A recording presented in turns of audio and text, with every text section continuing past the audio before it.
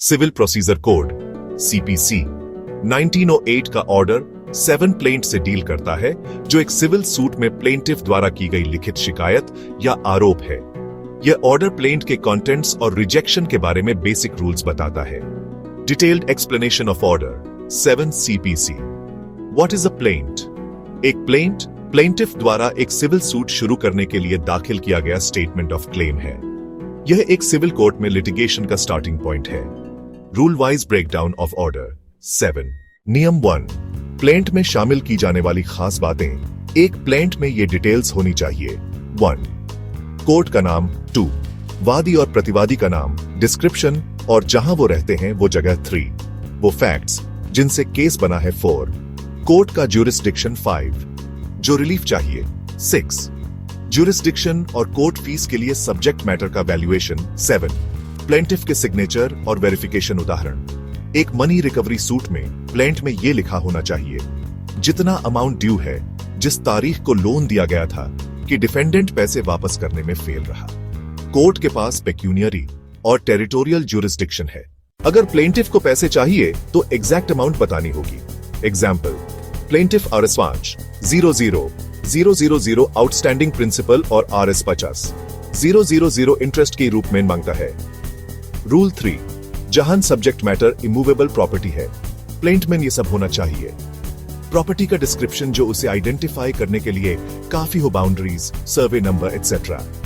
Example, एक agricultural land जो सर्वे no 123, village खेड, district Pune, Maharashtra में है, जिसके नॉर्थ में रोड है।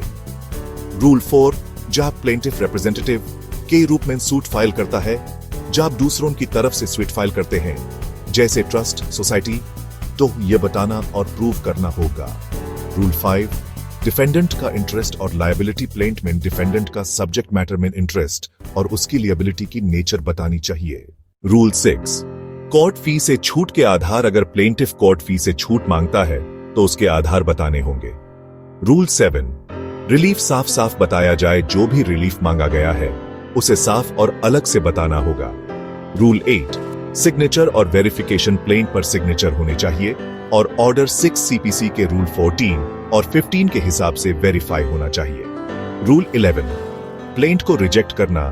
कोर्ट प्लेंट को रिजेक्ट कर सकती है अगर उसमें कॉज ऑफ एक्शन नहीं बताया गया है, मांगा गया रिलीफ कम आंका गया है, कोर्ट फी पूरी नहीं भरी गई है, लॉ ने उसे रोक दिया है, जैसे लिमिटेशन, उसे डुप्लीकेट में फाइल नहीं किया गया है, वो प्रोसीजरल रूल्स को फॉलो नहीं करता। रिजेक्शन का एक एग्जाम्पल, अगर प्लेंट में सिर्फ ये लिखा है डिफेंडेंट पर मेरे RS 30 लाख बाकी है, बिना किसी तारीख, एग्रीमेंट या सबूत के तो कोई कॉज ऑफ एक्शन नहीं बताया गया है, इसे रूल 11A के तहत रिजेक्ट किया जा सकता है। रूल 13, रिजेक्शन फ्रेश सूट के लिए कोई बाधा नहीं है। अगर कोई वाद पत्र रिजेक्ट हो जाता है तो वादी डिफेक्ट्स को ठीक करने के बाद एक नया मुकदमा दायर कर सकता है, जब तक कि कानून द्वारा मना न किया गया हो। एग्जाम्पल केस, सिनेरियो केस, ए बनाम BA, B को 1 जनवरी 2023 को एक रिटन एग्रीमेंट के जरिए RS 1 00000 उधार देता है। B 31 मार्च 2023 तक चुकाने का वादा करता है। B चुकाने में फेल हो जाता है। ऑन ऑर्डर 7 के तहत वाद पत्र। कोर्ट का नाम, सिविल जज, जूनियर डिवीजन पार्टीज। A वादी, B प्रतिवादी।